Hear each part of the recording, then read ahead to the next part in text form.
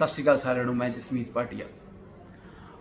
बहुत important information मैं आज सारे शेयर करना चाहना, क्योंकि आज की डेट से डिस्कशनस दो चीज़ों बारे हो रही है, अप्रूवल्स या रिफ्यूज़ल। सो दो चीज़ां बहुत ज़्यादा मैटर करती हैं स्टूडेंट्स ਲਈ। अप्रूवल मतलब you will go to Canada, you will settle in Canada और UK और आस्ट्रेलिया और न्यूजीलैंड। सो अप्रूवल ਤੁਸੀਂ ਆਪਣੀ ਜ਼ਿੰਦਗੀ ਦਾ ਜਦੋਂ ਸਫ਼ਰ ਸ਼ੁਰੂ ਕਰਦੇ ਹੋ, ਤੁਸੀਂ ਦੇਖਦੇ ਹੋ ਕਿ ਤੁਹਾਡੇ ਫਰੈਂਡਸ ਪਹਿਲਾਂ ਕੈਨੇਡਾ ਗਏ, ਤੁਹਾਡੇ ਫਰੈਂਡਸ ਆਸਟ੍ਰੇਲੀਆ ਗਏ ਐਂਡ ਤੁਹਾਡੇ ਰਿਸ਼ਤੇਦਾਰ ਕੈਨੇਡਾ ਸੈਟਲ ਹੋਏ, ਤੁਹਾਡੇ ਨੋਨਸ ਬਹੁਤ ਸਾਰੇ ਬਾਹਰ ਸੈਟਲ ਹੋਏ। ਔਰ ਇਸ ਇੱਕ ਡ੍ਰੀਮ ਬਣਾਉਂਦੇ ਆ ਕਿ ਅਸੀਂ ਵੀ ਜਦੋਂ +2 ਪਾਸ ਕਰਾਂਗੇ, ਗ੍ਰੈਜੂਏਸ਼ਨ ਕਰਾਂਗੇ, ਅਸੀਂ ਵੀ ਕੈਨੇਡਾ ਪਹੁੰਚਾਂਗੇ, ਅਸੀਂ ਵੀ ਆਸਟ੍ਰੇਲੀਆ ਜਾਵਾਂਗੇ, ਅਸੀਂ ਵੀ ਨਿਊਜ਼ੀਲੈਂਡ ਜਾਵਾਂਗੇ, ਅਸੀਂ ਵੀ UK ਜਾਵਾਂਗੇ। ਸੋ ਸਟੂਡੈਂਟਸ बहुत वधिया गल है कि as a north Indian I am also proud कि असी ड्रीम्स रखते हैं और असी बाहर जाने का सुपना देखते हैं।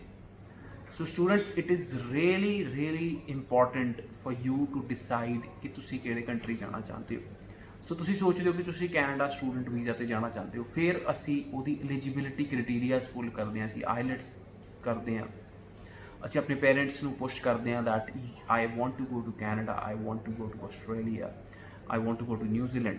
ਐਂਡ ਉਹਦੇ ਲਈ ਜਿਹੜੇ ਫੰਡਸ ਰਿਕਵਾਇਰਡ ਹੁੰਦੇ ਆ ਐਂਡ ਵੀ ਟਰਾਈ ਟੂ ਕਿ ਅਸੀਂ ਸਾਰੇ ਉਹਦੇ ਲਈ ਜਿੰਨੀ ਫਾਈਨੈਂਸ਼ੀਅਲ ਰਿਕੁਆਇਰਮੈਂਟ ਅਸੀਂ ਫੁਲਫਿਲ ਕਰੀਏ and we work towards it. ਤੁਸੀਂ ਮੈਂ ਸਾਰੇ ਸਟੂਡੈਂਟਸ ਨੂੰ ਇੱਕ ਐਗਜ਼ਾਮਪਲ ਸ਼ੇਅਰ ਕਰਨਾ ਚਾਹੁੰਦਾ। ਮੇਰੇ ਕੋਲ ਇੱਕ ਸਟੂਡੈਂਟ ਸੀ, ਠੀਕ ਹੈ, and not from a very rich family, not even a middle class family. So ਉਹਦੇ ਫਾਦਰ ਦਾ ਡ੍ਰੀਮ ਸੀ ਕਿ ਮੈਂ ਆਪਣੀ ਲੜਕੀ ਨੂੰ ਕੈਨੇਡਾ ਬਾਹਰ ਪੜ੍ਹਨ ਭੇਜਾਂ ਐਂਡ ਉਹਨਾਂ ਕੋਲ ਪੈਸੇ ਨਹੀਂ ਸੀ। ਲੜਕੀ ਦਾ ਡ੍ਰੀਮ ਘੱਟ ਹੋਣਾ, ਮੈਨੂੰ ਲੱਗਦਾ ਫਾਦਰ ਦਾ ਡ੍ਰੀਮ ਜ਼ਿਆਦਾ ਹੋਣਾ।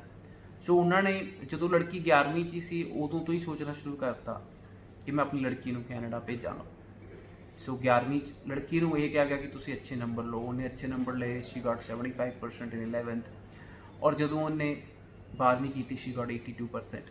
ਪਰ ਉਹਦੇ ਫਾਦਰ ਨੇ ਉਹਨਾਂ 2 ਸਾਲਾਂ 'ਚ ਇੱਕ ਡ੍ਰੀਮ ਲਿਆ ਸੀ, ਦੇ ਵਰ ਰੀਅਲੀ ਨਾਟ ਕਿ ਉਹ 15 ਲੱਖ ਰੁਪਏ ਖਰਚ ਕਰ ਸਕਣ, ਪਰ ਕਿਤੋਂ ਨਾ ਕਿਤੋਂ ਦੇ somehow they manage to get an education loan.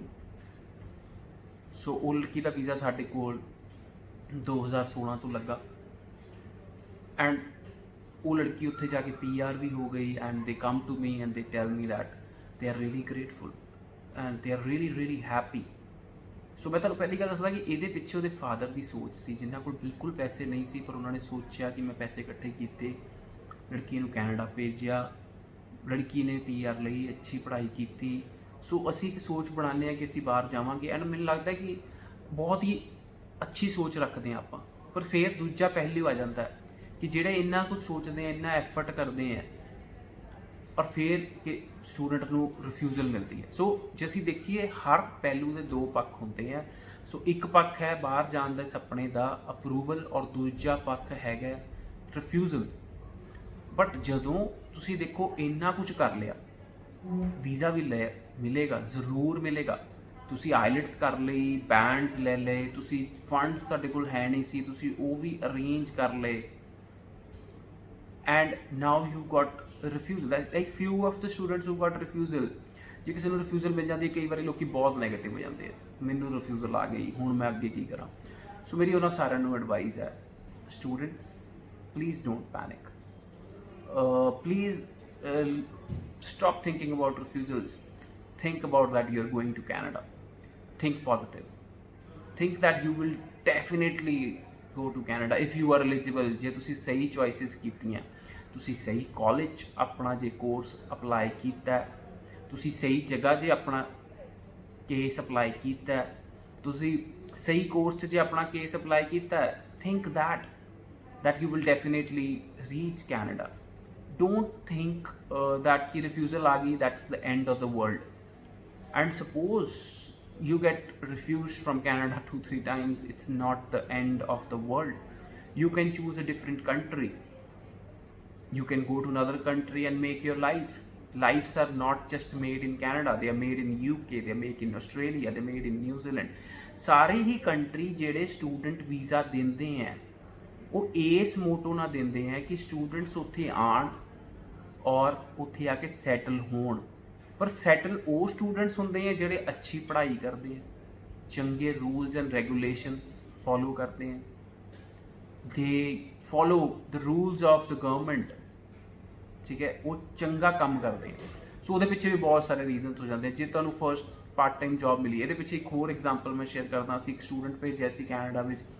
सो बहुत ही छोटी आबादी के शहर 'ਚ ਅਸੀਂ स्टूडेंट भेजिਆ। ਐਂਡ ਜੇ ਅੱਜ ਵੀ ਮੈਂ ਕਿਸੇ ਪੇਰੈਂਟ ਨਾਲ ਡਿਸਕਸ ਕਰਦਾ ਕਿ ਉਸ ਸ਼ਹਿਰ ਦੀ ਆਬਾਦੀ 8000 ਹੈ, ਤੁਸੀਂ ਉੱਥੇ ਜਾਣਾ ਚਾਹੋਗੇ? So no we don't want to go. Student ਕਹਿੰਦੇ ਅਸੀਂ ਮੈਂ ਇੰਨੇ ਛੋਟੇ ਸ਼ਹਿਰ 'ਚ ਨਹੀਂ ਜਾਣਾ।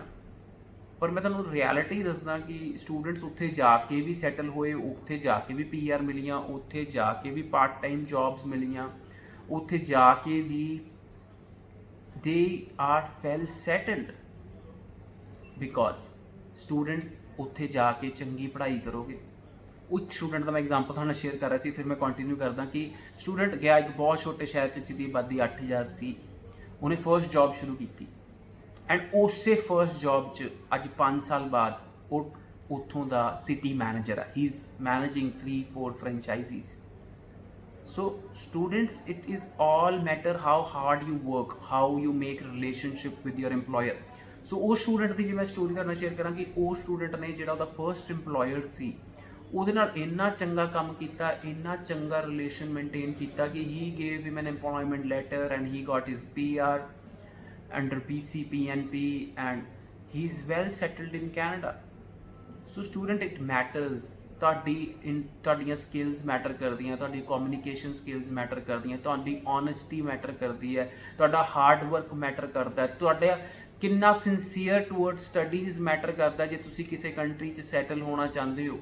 So it's is same for all over the world. ਜੇ ਤੁਸੀਂ ਸਿੰਸੀਅਰ ਹੋ, ਯੂ ਵਿਲ ਗੈਟ ਸੈਟਲਡ। ਜੇ ਤੁਸੀਂ ਸਿੰਸੀਅਰ ਨਹੀਂ ਹੋ, then you will not be able to settle.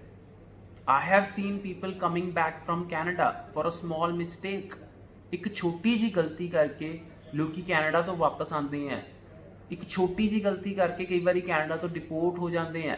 ਸੋ ਦੇ ਆਰ ਜਸਟ ਰੂਨਿੰਗ, ਮਤਲਬ ਆਪਣਾ ਐਡਾ ਵੱਡਾ ਜਿਹੜਾ ਉਹਨਾਂ ਨੂੰ ਲਾਈਫ ਸੈੱਟ ਕਰਨ ਦਾ ਮੌਕਾ ਮਿਲਿਆ, they are just running it. ਸੀ 2 ਸਾਲ ਦੀ ਪੜ੍ਹਾਈ, 3 ਸਾਲ ਦਾ work permit, best in the world. 2 ਸਾਲ ਦੀ ਪੜ੍ਹਾਈ, 3 ਸਾਲ ਦਾ work permit, best option given to students.